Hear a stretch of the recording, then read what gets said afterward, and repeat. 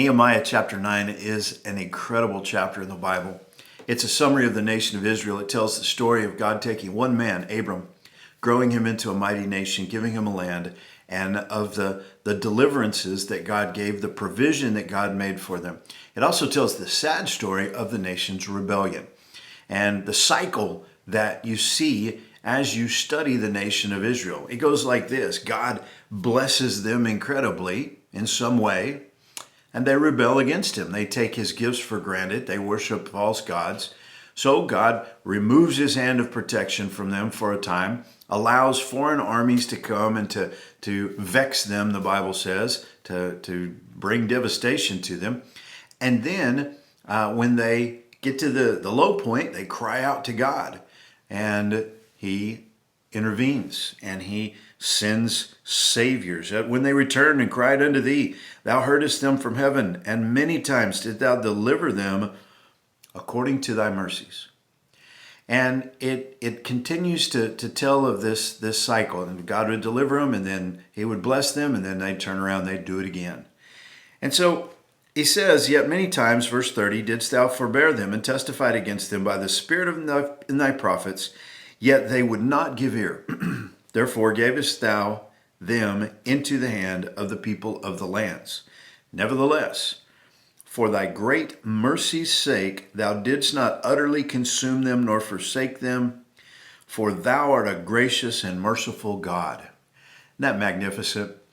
That God by very nature is graceful and merciful.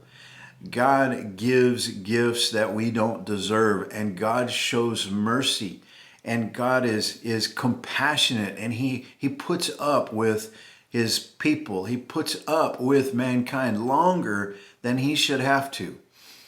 And if you and I got what we deserved, we would get judgment. But God is gracious. He gives us something that we don't deserve, an incredible gift. He gives mercy. And he goes on in the next verse, and it says in verse 32, now therefore our God, the great, the mighty, and the terrible God.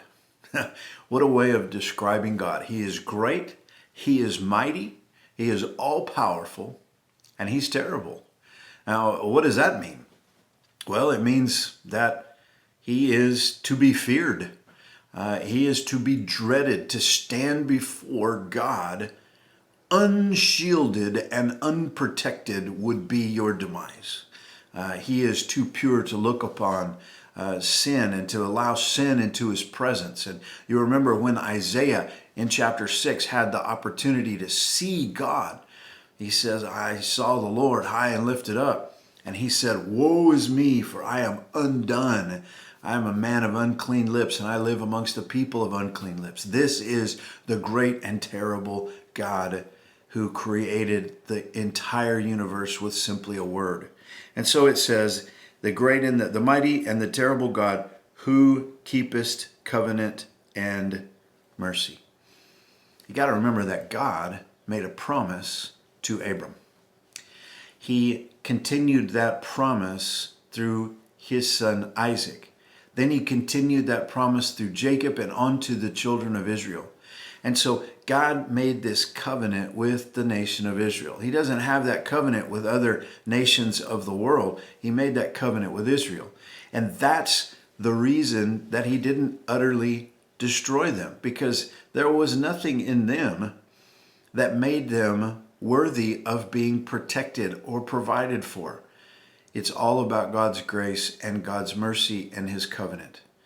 And so he did that to bring his son into the world. And eventually through the people of Israel is going to come Jesus. And when Jesus comes, he brings a new covenant. And that covenant says, for by grace are you saved through faith, that not of yourselves, it is the gift of God, not of works, lest any man should boast. The grace and mercy of God is shown to every man, woman, boy, and girl on the planet today through Jesus. And I just want to encourage you today.